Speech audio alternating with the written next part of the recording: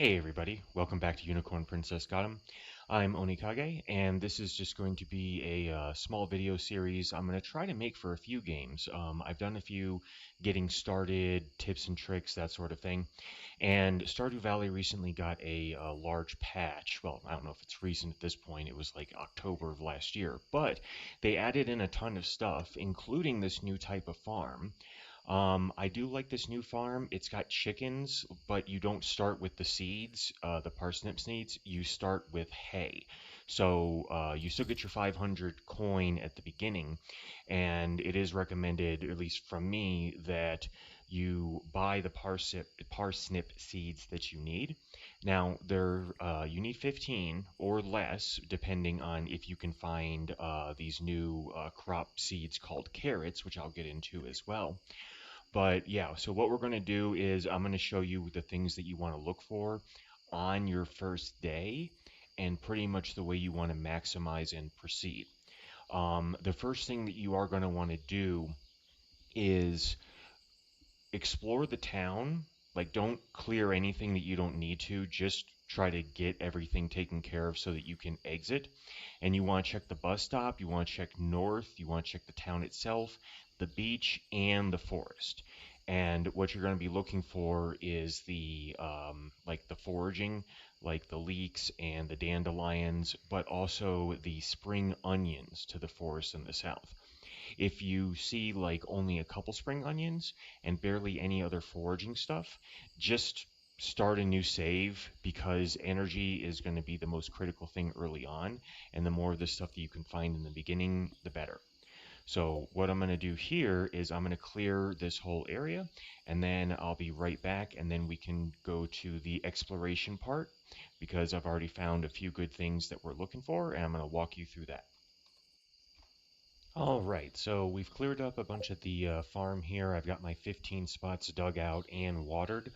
As you can see from the bus stop to the right here, I grabbed a daffodil and a dandelion, and now I'm going to do a quick tour of the town to see what other foraging I can find. And if I can find one of it's like a new type of spot that looks like the worms, except they're green. You get carrots, and so if I can get any carrots, that'll actually cut back on the amount that I need to buy from the general store. So I'm going to do that real quick, and then I'll be right back. All right, so at the beach, I did find one of the spots. Just wanted to show it off really quick. It looks like this, and boom, we got 3 carrot seeds. They grow in 3 days, and carrots restore a ton of energy. So now we just need to go to the general store and get 12 parsnip seeds and then plant those before midnight just so that they can do their growing. So I'm going to go ahead and get that bought here. 5, 10, 12. There we go. We want to hold on to daffodils. Don't sell them because you can give them as gifts, and a lot of people like them as gifts. Also, checking the garbage. Make sure if you check the garbage cans, no one's nearby. Otherwise, you can lose reputation with them. But yeah, sometimes there's some good stuff in there, and I've already got a maple seed. So I am going to go to the next spot, which is where the spring onions are. And so we will pick up there in just a second. All right, now we're down where the spring onions are. I had to destroy the maple seed and the clay to make some room because there is a bunch down here, so we are just going to start picking these up.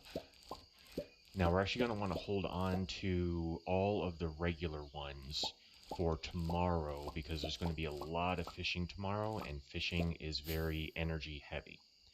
So we've got 19. And then we've got 2 of the special one that we're probably going to eat this evening because we need to chop some trees to get another 50 wood to make a chest. So I am making my way back to the farm now, and I'm going to be doing that, and then I'll show you where we're at the end of the day. All right, so it's just about done as far as the day. I was able to get enough wood to make another chest. I am pretty much done on energy. I need to refill the watering can. Now, this is one of the problems with the farm stage, like the one with like the chickens. It comes with this coop and 2 chickens, but the water source is all the way over here. So one thing that you're probably going to want to build in the first 3 or 4 days is going to be a well over here, and then you should be all set.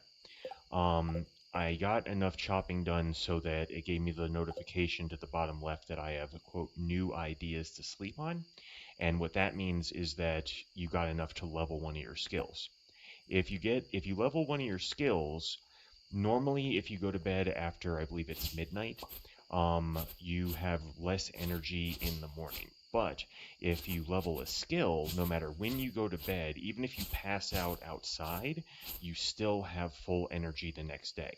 So even though it's dark, I'm going to try to just clear as much of this as I can and then try to get in bed. And so this is pretty much going to end it for the first day of the Stardew Valley playthrough that I'm doing.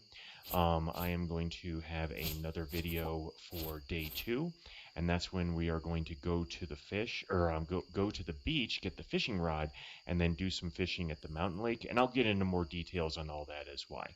But yeah, see you next time on Unicorn Princess Got 'em for this Stardew Valley run.